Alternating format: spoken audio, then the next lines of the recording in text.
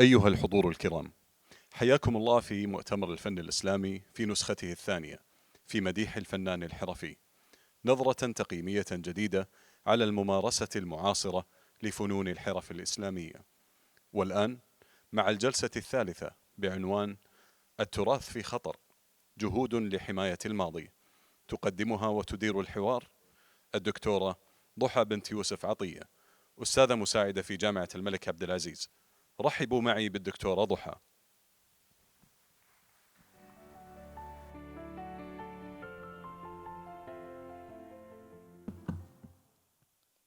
بسم الله الرحمن الرحيم، والصلاة والسلام على أشرف الأنبياء سيدنا ونبينا محمد وعلى آله وصحبه أجمعين. أتشرف بالوقوف اليوم في هذا الصرح العظيم تقديراً وامتناناً وشكراً للحرفي الماهر وفنون أيديهم، واقتباساً من حفل الافتتاح بالأمس، ومن باب الحديث عن الجمال في لغتنا العربية: الجمال في روعته يصبح حسناً ومنه الإحسان. وهذا هو الفن الإسلامي، وظيفة وحسن وجمال. وعمل الحرف اليدوي أساسه إتقان، جمال وإحسان. قال تعالى: صنع الله الذي أتقن كل شيء. توضح هذه الآية إلى جمال وإتقان صنع الله سبحانه وتعالى في كل مخلوقاته، مما يدعو للتأمل في روعة الكون وجماله. ونحن هنا اليوم نقف تقديراً كبشر لجماليات الكون واليد البشرية وما تستطيع إبداعه، فالحمد لله الذي ألهمنا لتقدير هذه النعم. اسمحوا لي تقديراً لضيوفنا والزوار أن أدير هذه الجلسة باللغة الإنجليزية. Good afternoon, distinguished guests, scholars, artists, and fellow enthusiasts of Islamic art. It's an honor to welcome you to this highly anticipated panel discussion at the Islamic Art Conference. I'm Duha Atiyah, an interior and color designer and researcher, where I respect all types of art and design, and I learned to appreciate the artisanal, handmade work more when I served as a consultant at the Royal Institute of Traditional Arts. Today we gather to explore the profound depth and diverse expressions of Islamic art, a tradition that spans over a millennium and bridges vast geographies, cultures, and ideologies. Islamic art, with its intricate patterns, calligraphy, and architecture, reflects not only the aesthetic and spiritual values of the Islamic world, but also its cultural exchange and historical development. Our panel today features extraordinary guests and leaders who will share their insights into preservation to reshape identities and inspire creativity. Our first guest is Dr. Bastian Varstikos, Director of Strategy at the Aleph Foundation.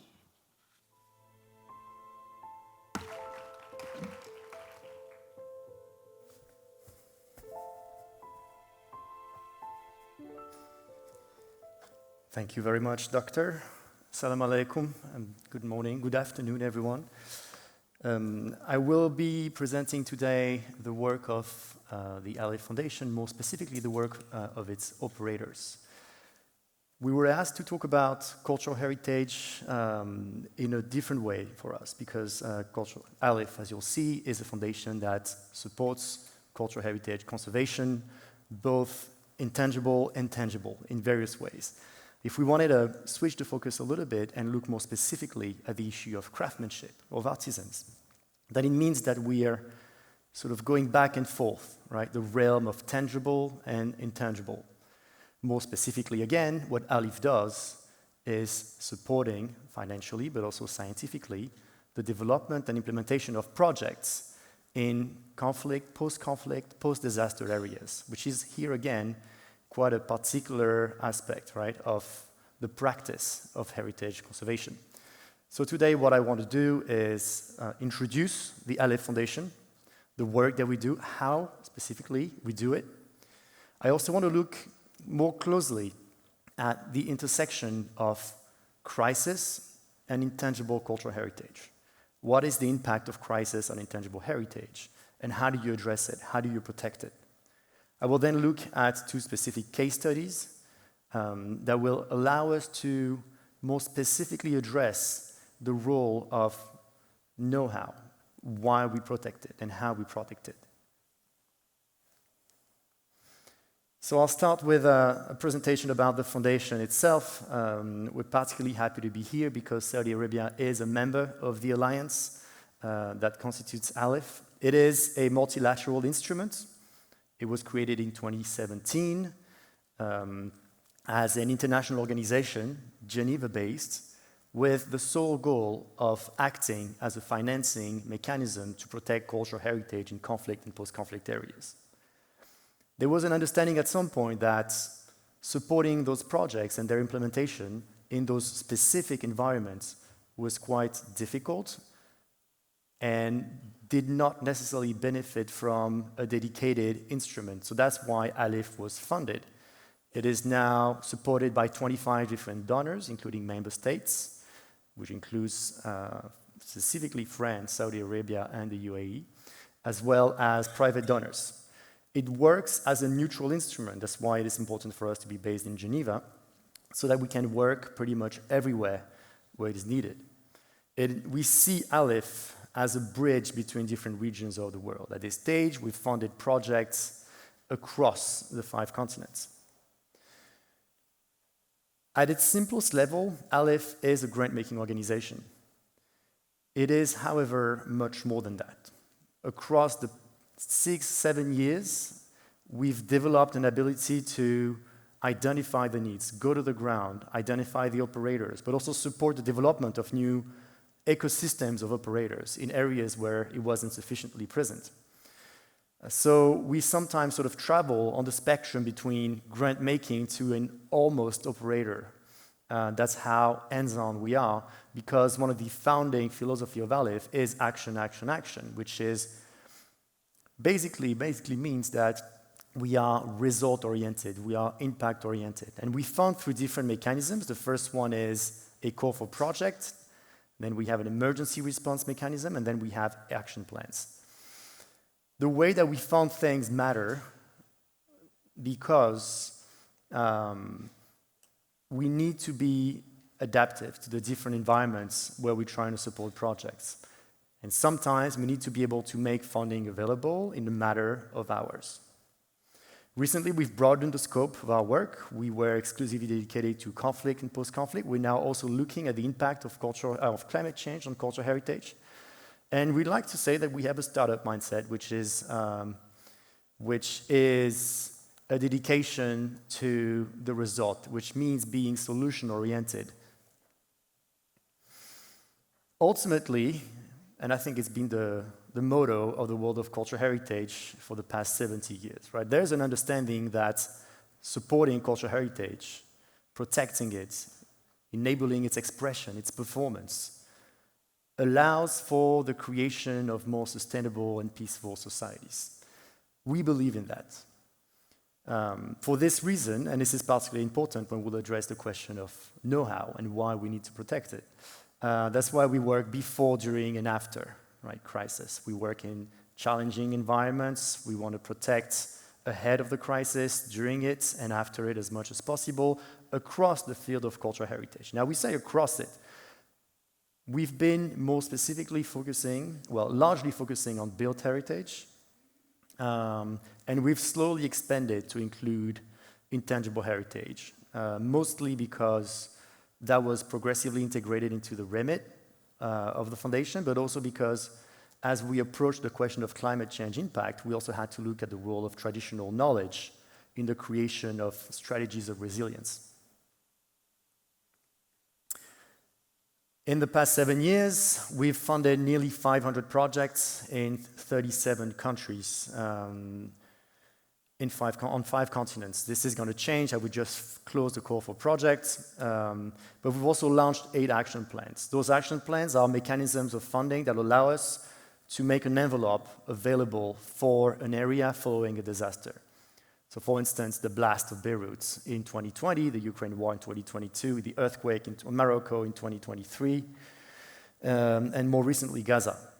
Within this envelope, this allows us to support artisans, to support damage assessment, to support built heritage, like emergency conservation. And through those mechanisms, we've dedicated almost $100 million to the protection of cultural heritage, always in partnership with local organizations. Now, we're going to zoom in a little bit and look more specifically at the impacts of crisis on intangible heritage. Intangible heritage, I think was created as a concept in the late 90s, early 2000s with this idea that we needed to conceptualize, right, the knowledge that was transmitted between people that allowed the creation of, well, anything from music to buildings, really. Because there was a sense that there was a need to differentiate itself from tangible heritage, then those were two separate categories. The reality for the practitioners is that intangible heritage is necessary for the implementation of built heritage project, for instance, the same way that protecting built heritage is necessary sometimes for the practice of intangible heritage. The issue is that we don't pay as much attention to intangible heritage as we do to tangible heritage, so that when crises happen, when an earthquake takes place, when bombing happens, we know fairly quickly what happens to historical buildings, to World Heritage monuments. It takes much more time to understand the impact of this disaster on intangible heritage. There's different type of impact, which I've tried to explain here. The first kind of impact that we see is the disparition of practitioners, but also the destruction of the places of practice. Following the floods in eastern Libya in 2023, we received a damage assessment that relied on satellite imagery analysis of the city of Derna, that also carried out interviews with local stakeholders and used archival heritage to also be able to assess the evolution of the damage across time. Many of the places of practice in the souk in Derna were completely destroyed, and unfortunately, many of the practitioners themselves were killed. So that is a first very straightforward impact of the crisis. Another one, which is not easily seen, is the disruption of the value chain, disruption of access to raw material, of access to the market. Shoshana Stewart earlier was talking about how they've managed this in Afghanistan, for instance. On and off conflicts in Afghanistan are changing the rules of where people can go, how products move within the country, between countries as well, right? This means that an artisan won't have access to the same type of mother of pearl, right? It means that an artisan won't have access to the same type of wood. So crisis impacts intangible heritage in that way as well. It is also very often a disruption of the transmission mechanisms, be them informal or formal, right? A very good example of that is still seen in Syria at the moment, where the civil war led to many young men to be enrolled in the army. Right? Those young men would be the primary targets to receive the knowledge of some of their fathers, uncles, and the knowledge could thus not be passed on anymore. This led to some loss of opportunities for transmission, but it also created, in some particular cases, situations where young women ended up being the ones to receive the knowledge that was traditionally reserved to young men. Finally, crisis impacts intangible heritage in a sometimes a very odd way. It can change the perception of it.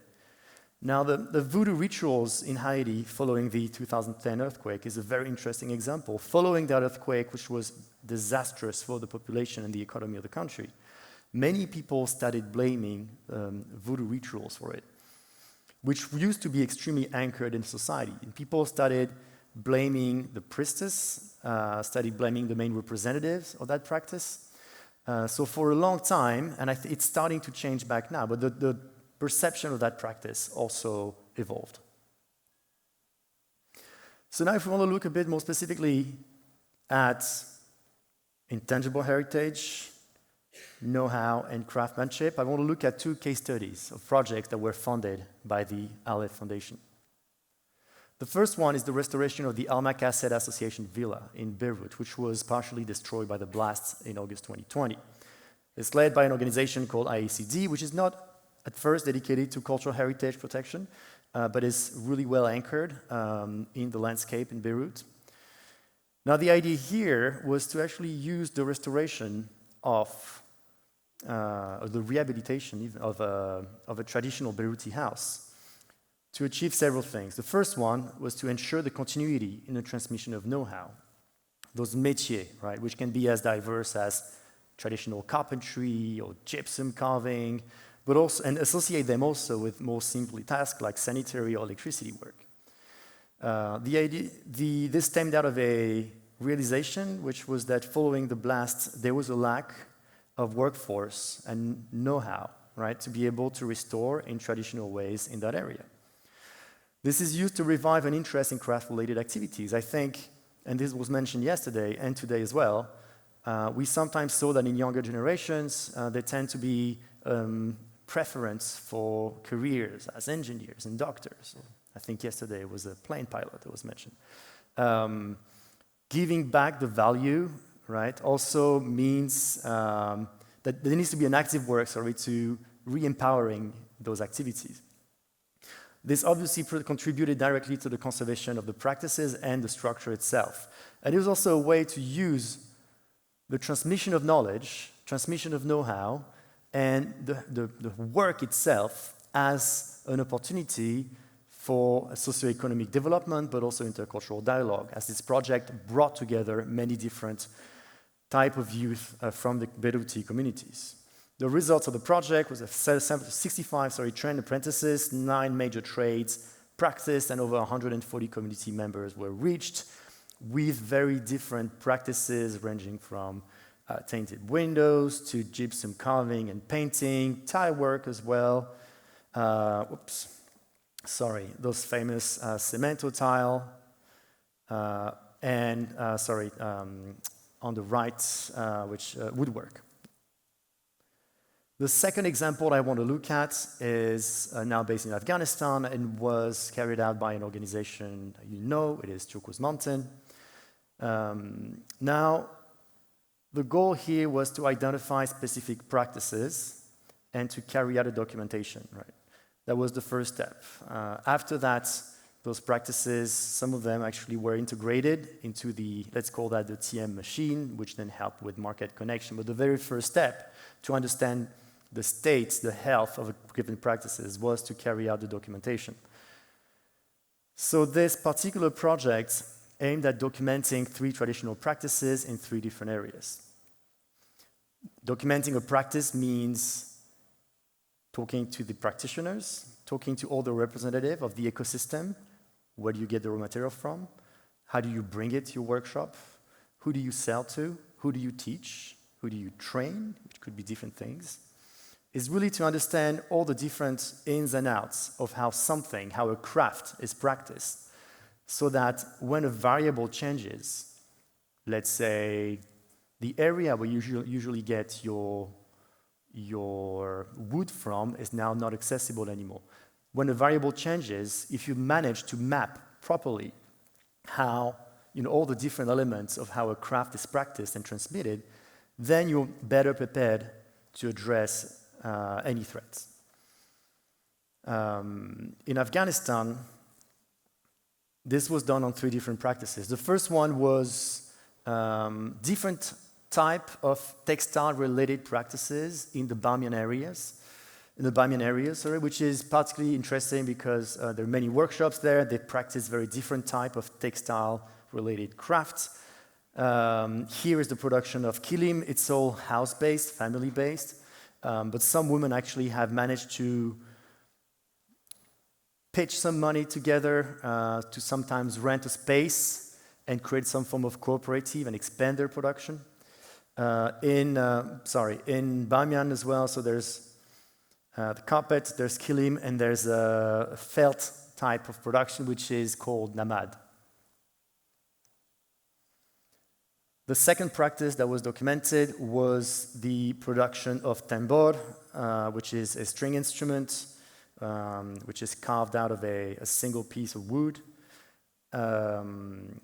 It is based in Kabul. There's actually very few tambour makers in Kabul at the moment, which was one of the reasons why Turquoise Mountain decided to document that practice. And the same thing took place here. The original raw material used here is a very specific type of berry tree, the shatut, and which is slightly endangered as a species. So the idea was to document the access to raw material and the practice itself. In a similar way, access to the mother of pearl also evolved across the years, although it's been a product that apparently has been quite simple to put their hands on. And the last practice that was documented was the tile making in Herat. And I think the team there focused here again on all the different tools involved, which also means the construction of the kilns, and focused on different type of practice. The private practice, which was producing in mass, mostly to export to Iran, and the practice that was directly integrated into the Friday Mosque of Herat, which basically is the workshop of the mosque, which produces tiles exclusively for the sake of the mosque restoration. So here are different aspects of how intangible cultural heritage, and through it, craft practices and know-how can be documented and preserved. And at Aleph, what we see is that basically most projects out there are an opportunity to document the transmission of know-how. There's been many instances where people, local stakeholders, have complained about the lack of opportunities for transmission of this know-how. There's been many instances where we could not find locally the skills and the know-how to restore the buildings in a traditional way, which means that it needed to be imported from different regions, right? So that's why through each one of our projects, even the Built Heritage Conservation one, Aleph strives to identify opportunities for documentation and mechanisms to support the transmission of this know-how. This means that the documentation is also essential. This can take place very easily in the course of the project, just to understand how this is organized and structured and better understand the threats to them. Right? As far as to give you the founder's perspective, it is always easier to support projects that are associated with intangible heritage and transmission of know-how when they're associated with projects with concrete outputs. And finally, as a founder again, we appreciate the importance of approaching the cultural heritage conservation aspect from the know-how angle, because it is one that really allows us to fully understand the potential of cultural heritage as a tool for dialogue, socioeconomic development, and peace building. Thank you very much.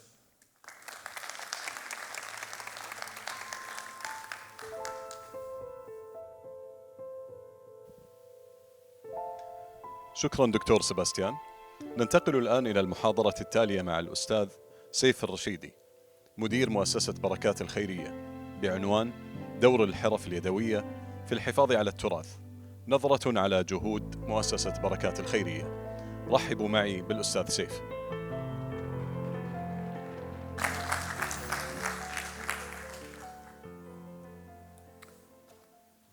Assalamu alaikum and good afternoon everyone. It's a pleasure to be here at Ithra today to talk about the work of the Barakat Trust, which was established in 1987 by 3 founding trustees, two of whom are from Saudi Arabia and one of whom is actually here with us this afternoon. I would say that the best summary of our ethos and how the Barakat Trust approaches the preservation of heritage is through this quote by one of our advisory board members, Zainab Urekli of Oxford University, that better scholarship leads to better understanding, and better understanding leads to better preservation. And so I think as a perfect complement to what Bastien was talking about with respect to Aleph and its work, the Barakat Trust's view is a long view of how to build capacity, how to train people, how to educate, and how to encourage research on the artistic, architectural, and archaeological heritage of the Islamic world. And so, I mean, we heard a lot about documentation, but for us, one of the things that's also important, and we spend a lot of time doing, is encouraging research into forgotten histories, forgotten traditions, and enabling a better understanding that can therefore preserve also the craft heritage. We've supported about 800 projects over 40 years in 40 countries or more, which gives the impression that we're a very large organization. Actually, we're quite a small but impactful organization. And many professionals in the field of Islamic art and heritage, today in prominent positions, have received some support for us over the years, especially earlier in their careers. We worked out that I think 6 people in this conference are somehow Barakat grantees, and I can see Umnaya laughing. Yes, Umnaya is one of them. As am I, actually. So for us, as I mentioned, training is very important. We focus a lot on building the capacity of local professionals and aspiring professionals within the Islamic world to develop the skills to understand and preserve their heritage. And like many organizations, we do that in partnership.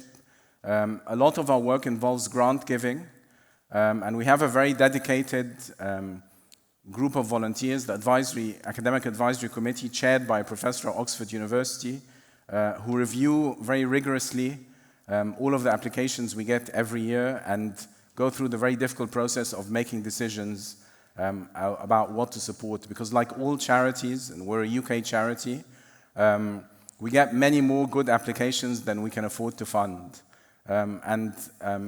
It's a rigorous process, but we try to maintain a friendly approach to not only the people we support, but the people who engage with us about possible support. Because we feel that even if we can't finance everything, at least we can give critical feedback. We can also help in those ways, or connect people to other organizations that might have a slightly different mandate from our own. And the digital realm has made it much easier for us to do so today, that we can connect with people around the world and engage with them, understand their projects, give them guidance, etc. So this is one project that you see in front of you, the International Training Program at the British Museum, which provides training for curators every year, and we've supported a candidate or a curator from the Islamic world every year for about 10 years. Because one of the things that we've noticed is that exposure and connection is growing increasingly difficult, as many countries are inaccessible due to conflict and war, and actually providing the opportunities for people to connect through this training program, through attending conferences, through travel for research, is an important way of engaging and increasing exposure. We've also embedded education and training in most of the projects that we've supported. And one of the most common bits of feedback we give applicants who approach us with an idea is, how are you going to train people? How are people going to learn? How are younger generations going to benefit from what you do? And we believe that in any project, the process is as important as the outcome, and that the process itself should always be an engaging and an educational one. And the image on the left shows an archaeological field school in Morocco. One of the things that we aspire to encourage is for professionals in the field of heritage to actually have field experience, because too often you find people in managerial positions that have never experienced what it is actually to make decisions on the ground, to see what kind of the nitty-gritty of our profession involves. On the right is an awareness program for children actually in London, and on the left is a project that we did for the Museum Commission, a strategy for engaging education in museums in Saudi Arabia, and the girl on the upper left is actually at Masmak in Riyadh. So we also use our network and our long experience of heritage in educational programs that we deliver ourselves related to raising awareness and appreciation about the heritage of the Islamic world. And as I mentioned at the beginning, actually, research often reveals things that very few people know. This is a very interesting project that we supported a couple of years ago by an Iranian professor who's based between Australia and Malaysia, Dr. Mandana Barkashli, who's been studying dyed paper used in Persian and Mughal manuscripts. It's a very specific subject, but actually it revealed really interesting information. And I was looking at the beautiful display in the gallery, and I noticed that one of the Qur'ans is pink. And so Dr. Barkashli's study is all about these dyes used between the 16th and the 18th centuries, mainly in the Persianate world. And like before we looked at her work, actually I just assumed people chose different colors because they liked them. But actually there's a very long tradition about dyeing the paper so that it's less straining to the eyes, so that when you read the Quran or you read any other text, you can read it more easily. And there are references to, in this, I don't know how close you are, but saying that dyed paper is superior. And in some of these texts from the 16th century, they compare white paper to looking at the sun, that is very blinding. So Dr. Barkashli and her son, Dr. Sadra Zikru, have been studying all of these treatises on dyeing paper, the different color combinations that are recommended, different dyes, and they're very, the study of craft is also the study of the history and the science of craft. It's not just about an art, there's usually a science behind it. And in this case, what they've been doing is translating all of these manuscripts that talk about the different pigments and how, there's extensive knowledge within the manuscripts that tell you, okay, you can use mulberries, but actually they're going to fade after a period of time, whereas if you use lac, it will last. And so this kind of research, I would say, is essential for better preservation of crafts, because if you just approach a craft from a visual perspective, you might miss out this very long tradition of technical knowledge that has been passed down from generation to generation, and in some cases is overlooked. Like Aleph, a lot of what we do is also support documentation and digitization projects. And an important one that we supported, led by Omnaya Abdelbar at the VNA, was the digitization of the photos of KAC Creswell, mainly of the Middle East. You'd be surprised how difficult archives are to access, how few archives there are of the Middle East and its history. And so this project, which was based at the VNA but also encompassed collections around the world, actually was not about just digitizing, but also making sure that this digital collection was accessible, that if you searched, you'd actually find what you're looking for, which is harder than you think. I've done a lot of work on archives, and sometimes you go to people and they say, oh, well, we have everything online, but for an outsider to find what's online is a different story. On the left is the very famous minbar in Al-Aqsa Mosque that was put there by Salah ad-Din in the 12th century. It was burnt in 1969, and thankfully, because it was well documented, it was possible to reconstruct the minbar. It's a very celebrated project. It was made in Jordan, and you can see the reconstructed minbar in the middle photo. On the right is the minaret of the Great Mosque of Aleppo. And if you think about the crises that we're facing in the Islamic world today in terms of wars and such natural disasters, you realize the importance of this kind of work. More recently, we're supporting a project being implemented by the Nadim Foundation to create a portal related to Egyptian woodwork. And the portal will be a place where restoration projects and conservation professionals can upload their documentation, because that's another problem. Is a lot of great work that takes place through non-governmental organizations and private initiatives, and there isn't a central place where the documentation, the outcomes are stored. And so if you go and you want to look at the building 20 years after it's been restored and find out what took place or what documentation there is, it's often very difficult to do it.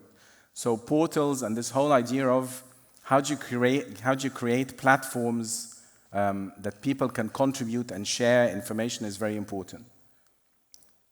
And sometimes without documentation, you get great losses. This is a 16th century tekeya in Cairo, the tekeya of Al-Gulshani, which was covered with Ottoman tiles. many of which disappeared from the building after the Arab Spring. So you can see the difference. And a few years ago, I came across one of these tiles for sale in London. It's a very rare design with pomegranates that only appears in two places. One of them is the Turkey, and the other one is in Hungary. But because the only photos that existed of these incredible tiles were photos that we found through scholars and friends, it was impossible to prove that these were the tiles that came from this building in Cairo, and so they were sold. And so it's just a story to tell you about the importance of good documentation. As we've been thinking about crafts and craft traditions and the passing of knowledge and know-how from one generation to the next, one of the hardest things is architectural crafts, I would say, especially earthen architecture, because many people don't want to live in earthen buildings anymore. So I was very heartwarmed by His Highness's presentation yesterday, in which he showed us his house built of mud brick. This is a project that we supported in Morocco to document building techniques and building knowledge, led by the University of Liverpool. And actually, one of the things about knowledge related to crafts is that working with craftsmen and trying to pass the knowledge on from one living generation to another living generation is key, because it's like reading a recipe. If you have a family recipe that tells you how to make something in 3 lines, reading the recipe and being able to do it is not always the same. So this idea of doing workshops and a making process of transferring knowledge from one generation to the next is a really key thing to support. I mean, it was also interesting. I was talking to Jamila Quattrone, who did this project, and she was saying that after some of the earthquakes in Morocco recently, one of the solutions that people were using was to use compressed earth bricks, which is a very similar tradition, to build temporary structures to house people. And so perhaps, in some ways, very few people might want to live in a mud brick building, but actually they can serve purposes in the present and in the future that could enable these traditional crafts to survive. I'm going to skip Arabic carpentry because there are so many more knowledgeable people than me in this room, but I'll just mention one thing, that we funded a project actually to study the differences and parallels between this tradition in Egypt and in Turkey. And you find that with such a complex craft, such as this Arabic joinery or kundakari, it's called in Turkey, not everyone has all the knowledge. And so working and going to different craft workshops and working with different people enables you to collate knowledge together. And this man, Wa'il Sabri, decided he'd use this technique of kind of these little animations showing you how to actually draw each design, to record knowledge in a way that would be comprehensible to those that hadn't inherited the tradition from one generation to the next. I'll talk about 2 projects in Gaza, which I think they're great projects, and I'm very proud that we supported them long before the problems in Gaza, simply because they're examples of great initiative and great resilience. We were approached by an architect called Munir El-Baz, who said that he wanted us to fund the documentation and basic infrastructure work on the old Mamluk Caesarea in the heart of Gaza. The climate change was actually causing problems with drainage and leaking and all of that. And we gave him, for his study, 10,000 British pounds. With the 10,000 British pounds, he did his study, did the infrastructure, and managed to leverage 200,000 euros of funding from the EU and restored the rest of the building. It became many shops that had been shut for decades reopened. It's a center for the gold market. So every young Gazan couple would go to this Caesarea to buy wedding rings and wedding jewelry. And it became a center for local tourism and domestic tourism. And Munir was telling us many times, no one thinks of Gaza as having cultural heritage. They always think of it as a politically troubled place. And the 10,000 pounds that the Barakat Trust gave me set this ball in motion that enabled us to restore a huge building that's very important to the city and to its culture. And I think it's a good example of how rightly invested funds, even if they're not large, can have a huge impact. And here are views of the building today. It survived very well, unfortunately, until July when it was hit. And this is what it looks like in 2024, which may make you feel there's no hope. But actually, one of the things I learned from working with the people of Gaza, especially Munir and others, is there's always hope if you have the right attitude. And this is Munir today sitting. I mean, he's had to leave Gaza. His home was destroyed. But he's sitting, documenting the ruins of the building to see what's left. And he's archiving. The thing that I told you is very important. Him and a very good organization called Riwaq are bringing together as many archival materials as they can of Gaza, because they know that at some point, hopefully there'll be the ability to reconstruct it. And the more they know, the more the information is in one place, the better job they'll be able to do. So whenever I've had a bad day, I always think of Munir sitting, documenting and planning the future of Gaza through his work. We supported a related project, actually. The Great Omari Mosque, the oldest mosque in Gaza, had a very valuable archive. And the British the British Library had digitized many of the manuscripts in the archive, but what the team wanted was training as to how to preserve the manuscripts themselves. It was extremely difficult because conservation materials were not allowed into Gaza, very basic materials, glue, brushes, conservation paper. They needed a binding press to bind some of the manuscripts. They couldn't get one in. They had to make one. And so a project that would have taken, a training program that would have taken maybe a month or two in any other country or any other context took 4 years. And it took a trainer from Italy to go all the way to Gaza because it was impossible for anyone to leave to do the training abroad. This is the Omari Mosque before its destruction. Obviously, the program also included a lot of awareness raising for school children, because one of the things that we were told by the archive team is that even young Gazans themselves don't always know of the great history of the city, how it was a cosmopolitan meeting place, a trading place, and it's hard for them to see beyond its recent history of being this isolated little island. This is the training that took place.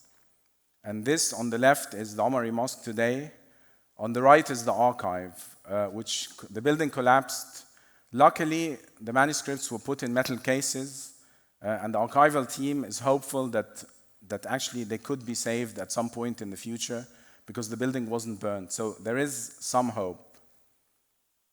I wanted to show you something which is in some ways maybe even more worrying, that in the case of Gaza, we're dealing with an external enemy trying to willfully destroy heritage.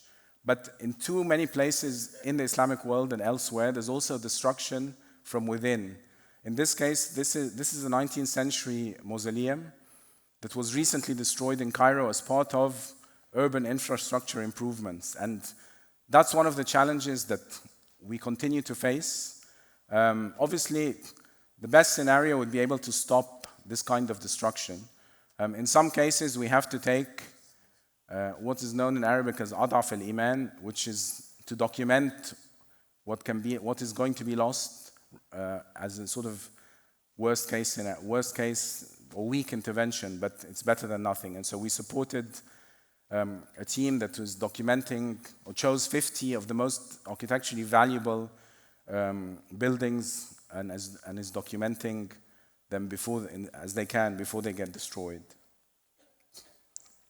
Well, you've all gone a bit quiet, so I'll try and uplift you a bit with two examples. One in the cemetery, also in Cairo, implemented by an organization called the Sultan Foundation, which has done a lot of restoration work to which we've contributed. But also, the cemetery in Cairo, if anyone's been there, is an urban inhabited area. It's not very wealthy. But one of the things that the Sultan Foundation did is they initiated a program for women of the area, teaching them craft skills, mainly jewelry and leather work, and actually you can see some of the products outside, working with good designers to make sure that they produce good quality, good design that would provide an income for the females, sort of either female-headed households or women just living in the cemetery. And one of the things to think about actually with crafts, and I've been thinking about it since yesterday, is training people is not enough. It's easy to see the training of 1,000 people as a success, but the market side of things, which both Bastien and many of the people earlier in the day mentioned, is essential, because you need to provide people with a market, and you also need to work from a market to make sure that you train people with the right kind of skill. We funded, in this case, a British designer working with making leather jewelry to go to the City of the Dead, teach these women how to make jewelry out of leather scraps, because there's a big leather business there. And so the thinking of the Sultan Foundation was that if they used scraps, it would be also a sustainable way of producing something with economic value. And here are some of the products which you can see outside. They're actually inspired by the Mamluk architecture of the cemetery from the 15th century onwards. And one of the things, despite being a heritage organization essentially, and focusing on the history of heritage of art and architecture, I think it's become increasingly clear to everyone that if you don't think about the economic side of things, what you can achieve is very limited. And you have to think that why should people care about heritage if it doesn't bring them some kind of economic value? So in this case, linking craft and economic opportunities to the visual language, the architecture of the cemetery is a very important and valuable thing, and it helps people to appreciate the built environment around them. My final example is actually something that I was lucky to be funded for before I became the director of the Barakat Trust. Research on the tent makers of Cairo. The tent making tradition known as Khayamiyya was traditionally used for ceremonial tents, for weddings and for all other festivities. I've seen a lot of the patterns of Khayamiyya in Saudi Arabia actually, and throughout the Middle East. Today it's associated with Ramadan, but today much of the fabric is printed. Historically it was all made by hand. There are some examples outside, please have a look at them. So the image on the left is a religious festival in Cairo, where you can see in the background this fantastic handmade tent, probably from the mid-20th century. Like many crafts, times have changed. People have weddings in hotels and in other places, and the craft has had to evolve. And a lot of what it's been producing are domestic furnishings. It was essentially a local craft catering to local events and local festivities. With time, it became more focused on tourism, and tourism in some ways is good, of course, but it also changes a craft.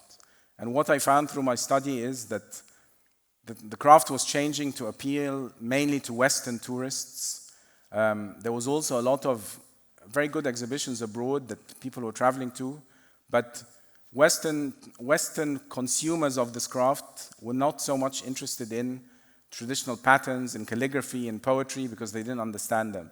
And so the craft was losing many of its essential components. On the right, actually, in 2018, a very nice lady, Katie Marsh, who works for the Sabah collection in Kuwait, asked for a tent copying the patterns of the historic ones. And one of the things I found when I compared the photos very carefully, is that although much of what the craftsmen did was similar to what they were copying, they had forgotten things in the 30 years since they'd been commissioned to make these tents. And the references of these tents come from historic architecture, but with time, I think craftsmen seem to have lost the link, and if you look closely, you'll find that the new version is not as meticulous as the old one. And so I sort of evolved from being a researcher of this tradition to being a proponent for designers to work with it, getting Egyptian audiences to appreciate the craft, which may seem a very obvious thing, but actually one of the things I found in Egypt and in other places is that often the people who appreciate local crafts are not locals. And I felt it was very important to organize exhibitions showcasing its history and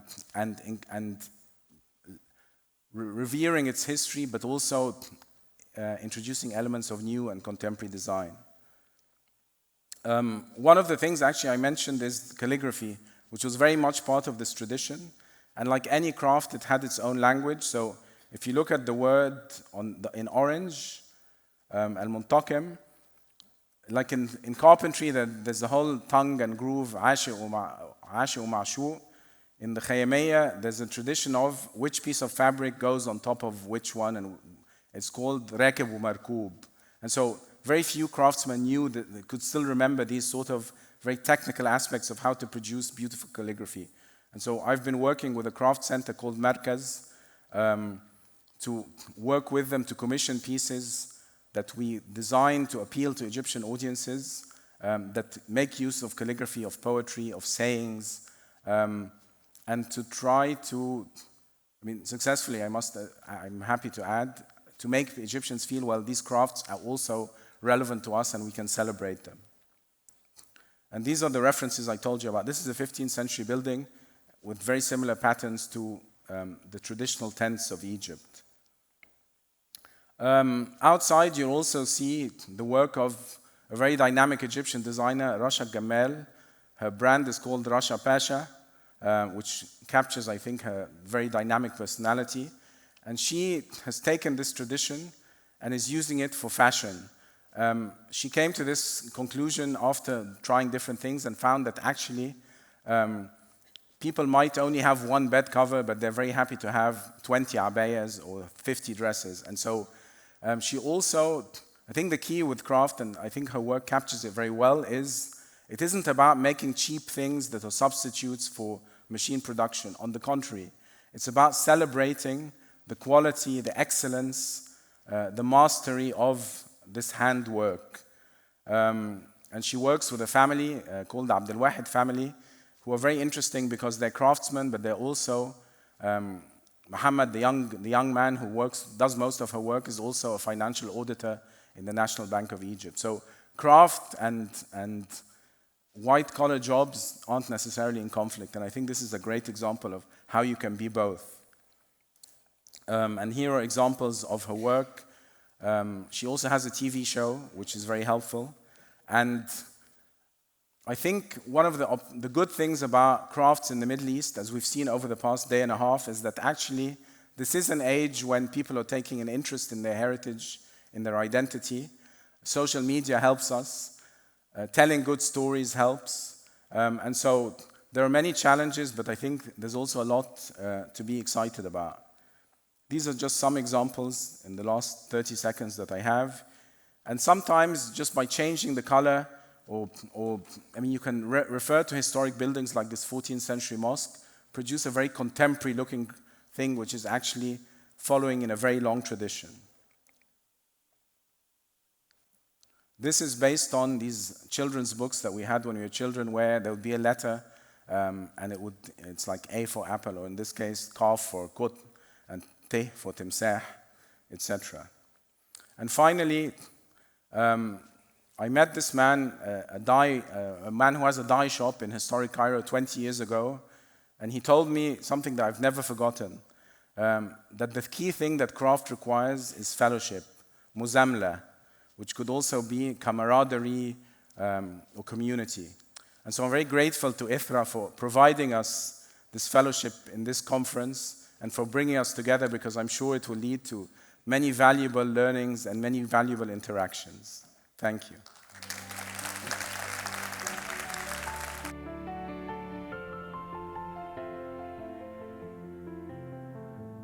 ضيوفنا الكرام، نبدأ الآن الجلسة الحوارية والأسئلة. أرجو من ضيوف الجلسة الكرام التوجه للمسرح. رحبوا معي بالدكتور سباستيان، الأستاذ سيف الرشيدي، مديرة الحوار الدكتورة ضحى عطية.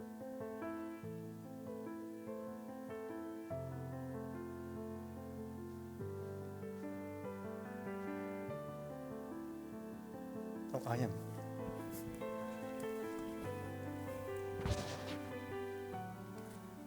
Thank you you very much. We really enjoyed and learned a lot throughout the presentations. I think both presentations acknowledge the importance of preserving intangible cultural heritage, which actually includes transferring that know-how, which, as you mentioned, Saif, Ithra, and all other entities are trying to support. Aleph, Barakat Trust, and all our partners here today. So I thought that your bios were displayed on screen, so as praise to your presentations and efforts, please allow me to reread your bios just to double check everyone knows both speakers. Dr. Bastian is the Director of Strategy at the Aleph Foundation, earning his PhD in anthropology from Harvard University. He's a cultural heritage specialist and an archaeologist with over a decade of experience in the region. At the Turquoise Mountain, Bastian led extensive programs documenting intangible cultural heritage. He also supervised scientific and preservation projects that utilized remote sensing technology during his tenure. His scholarly contributions focus on the interplay between cultural heritage, politics, and technology. So we're really lucky to have you here today. Mr. Saif al-Rashidi is the director of the Barakat Trust, a UK charity London that has supported the preservation of the art, architecture, and archaeology of the Islamic world since 1987. Saif is a historian of art, architecture, and previously managed heritage engagement, preservation, and design projects for the University of London's Institute of Historical Research, the Guildhall Library, Salisbury Cathedral, Durham World Heritage Site, the Aga Khan Trust for Culture, and Ahmed Hamid Architects. So welcome again. I'd like to open the floor for the audience if they have any questions. If not, I have a long list of questions. Please.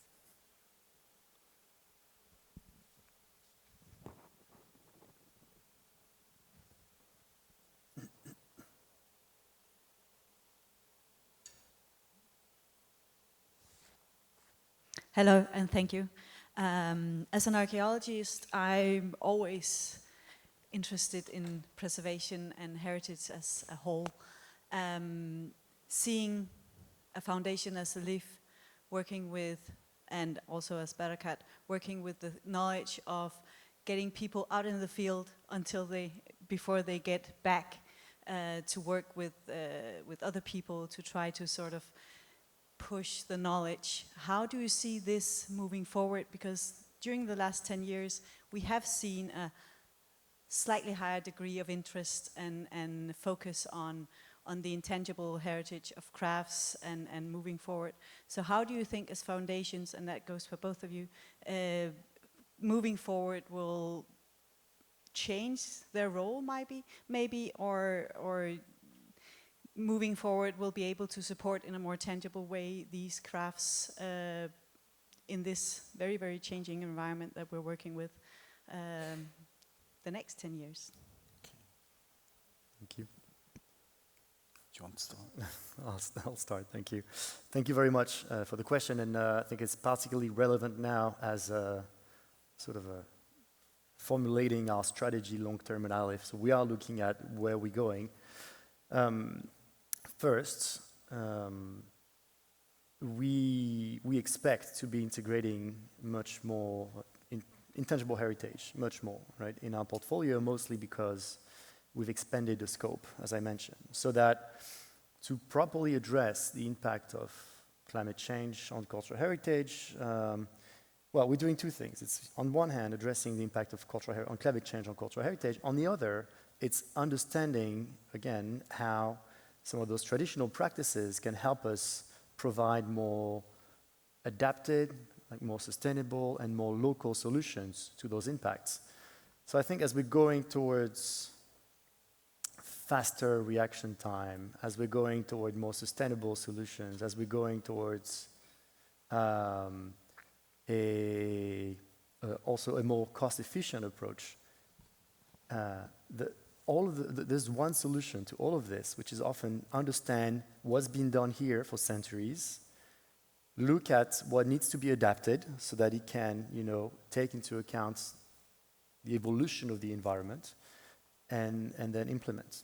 So I think this is a direct. And as far as like going to the field, I mean, ALIF is nothing if not a proactive and field-oriented organization. So we not only are closely connected with the organizations on the ground, the Secretariat of ALIF, which is a total of 20 people, travel constantly to identify the local stakeholders, to discuss with them, with the authorities, the needs, how to best, craft our funding mechanisms so that it's more adapted. So I think it is to be expected from a funding organization now. From the perspective of Barakat Trust, actually, we've increasingly recognized crafts as an important part of heritage, and in some ways they're both tangible and intangible. And the craft project I mentioned and presented, the one in the cemetery, I remember when we discussed it at first, we realized that it was unconventional for us, but that it was important for us to recognize new fields and new strands within what constitutes our mandate of the artistic, architectural, and archaeological heritage of the Islamic world. With respect to field training, that's always been very important to us because we've been interested in developing professionals in the field. And actually, whenever we get applications from well-established people in the field, we always say, please include some training element, because the outcome is not all that we want. We also want the process of training and education, and we believe it should be embedded in everything that takes place. So we strongly encourage it. Thank you. I'd also like to focus on the point or add to it, where is the role of technology? So you addressed the climate change, the changes, the sustainability, or those values that are starting to be embedded in our new strategies to preserve cultural heritage. What about technology? Where do you see technology is taking us, and where is it in your strategies to support these projects? Mr. Said? Okay. Well, for us, I mentioned the importance of digitization projects, and I think that is a very good example of technology and its importance. I have to say that we get numerous applications every year, of which we only fund a few, because one of the things to think about with technology is sustainability. That digitizing a collection or creating a website in itself does not ensure longevity of information. And for us, we tend to support projects like the Nadim Foundation one, where there's a good plan of action to make sure that it's going to survive. But it is very important. It connects people in incredible ways, and it improves access phenomenally. And so for us, this idea of an online archive or an accessible archive online is really key. And when you think of places like Gaza that I mentioned, thinking about how people can pool their information together is much easier today than it would have been 100 years ago because of technology. It will be accessible for more audience. What about ALIF? So, understanding sort of new technologies, right, in the broader sense. So as a funder,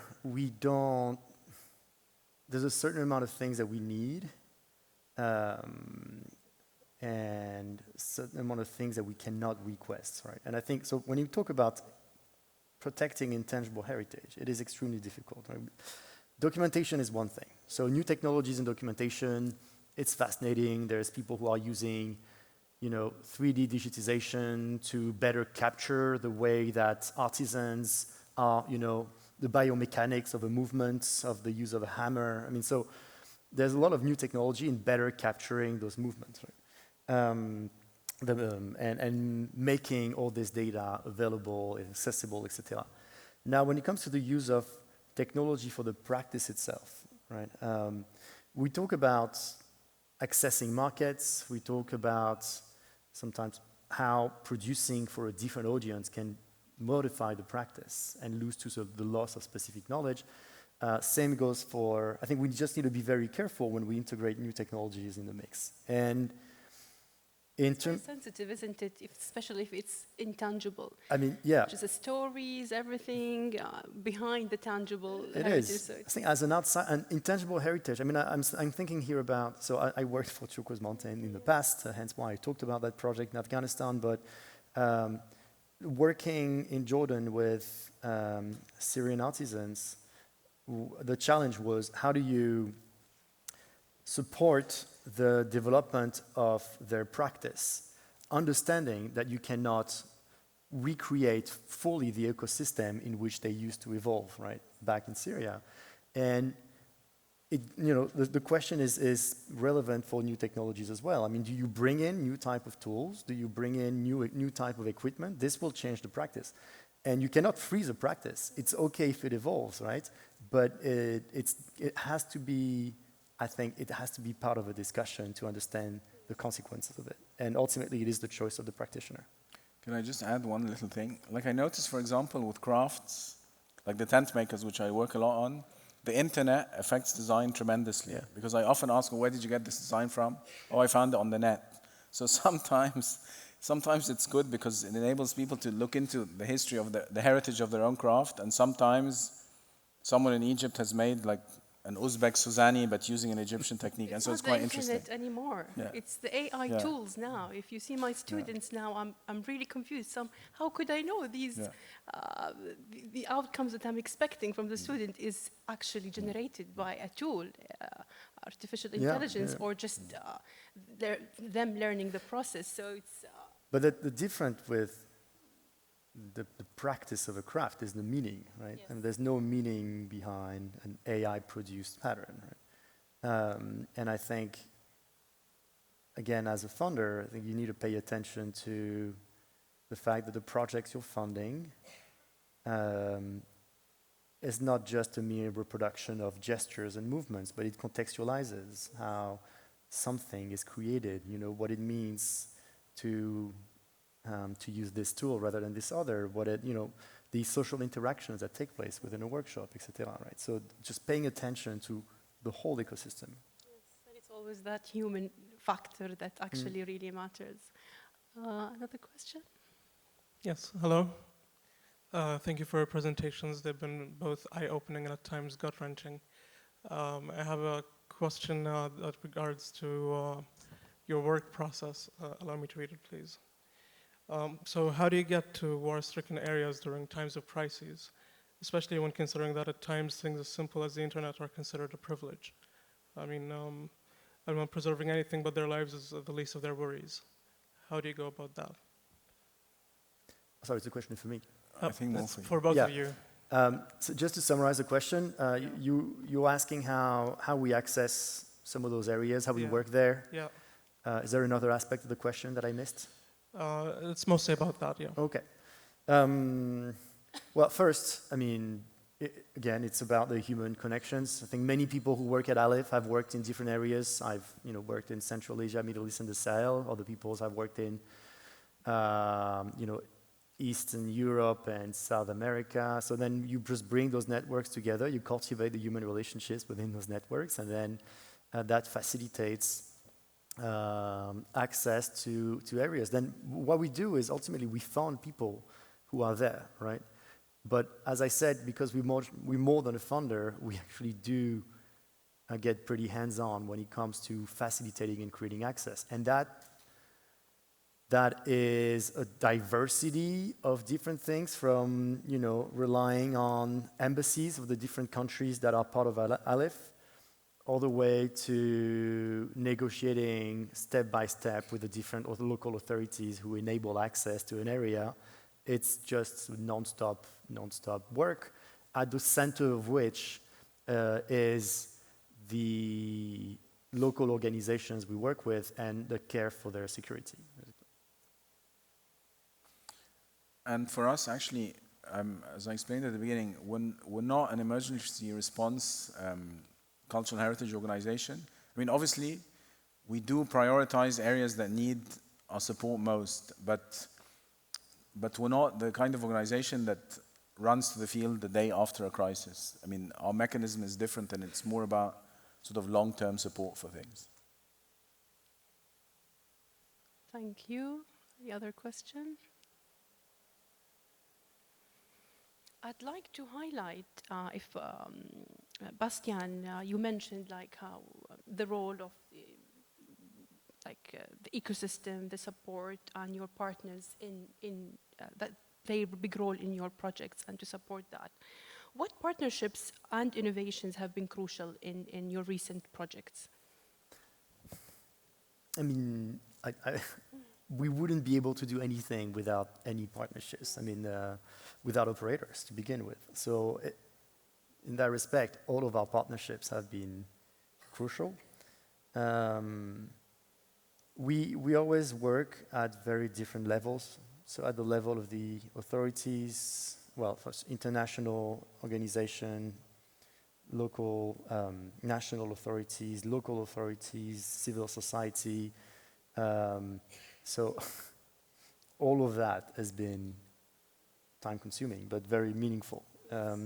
We have partnerships with various organizations which are sort of long-term, but honestly, I mean, large organizations that hire, thousands of people have done as good a job sometimes as local organizations that were created 5 years ago by a heritage enthusiast in the middle of the Saharan desert. So, difficult. Mr. Saif, how does Barakat Trust work with local communities to ensure that these preservation efforts are sustainable enough and culturally respectful? I know that you shared a lot of examples and you've been doing a lot since '87, but what are the recent impacts that you've seen on the ground yourself with Barakat Trust with these efforts?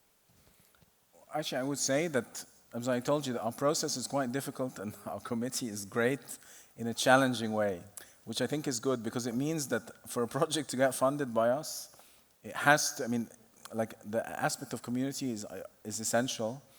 And generally, we encourage applications from a community, which means that, I mean, we're looking for people that are going to do things to serve their community and respect its culture. Do you assist the community, like impact that would happen after? Yes, because we have a very iterative process of dialogue with the person that we're giving a grant, even before we give them a grant about, you could do this, have you thought about this thing?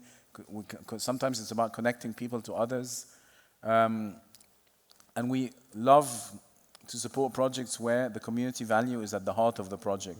We supported a project in Cairo, for example, recently, a conservation and architecture library in a historic house, a privately owned house that had been restored by a couple who bought it.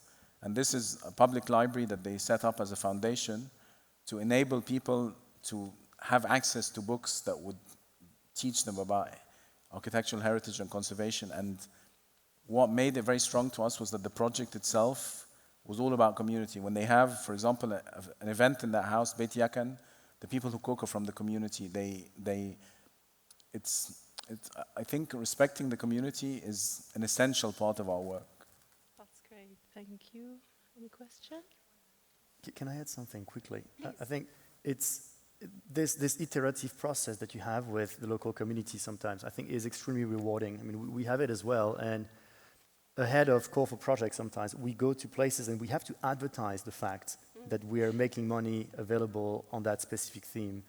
And then, because you cannot expect, people with small organizations to be as ready to and as trained in, applying to call for projects following like international standards, as you would from like international organizations. So you really have to go out of your way, right, to make sure that first that you manage to transform their vision into a model that fits your funding model, right? And I think it's both challenging and extremely rewarding. Yeah, I'll just add something. Actually, for us also, because some of our grantees are academics, and I would say that historically, academics have sometimes been removed from community. And what we have a program actually called Hands-on Islamic Art, which focuses on projects in the UK to use collections of Islamic art to engage with local communities. And Dr. Mariam Rosa Owen, who's here and speaking tomorrow, is has done one such project. But it's, as Bastien said, it's also about encouraging people to see the community aspect of things. And actually, if you approach it in the right way, almost all projects can be of great benefit to a local community. You just have to put them as a high priority in the conception of things. Thank you. Last question.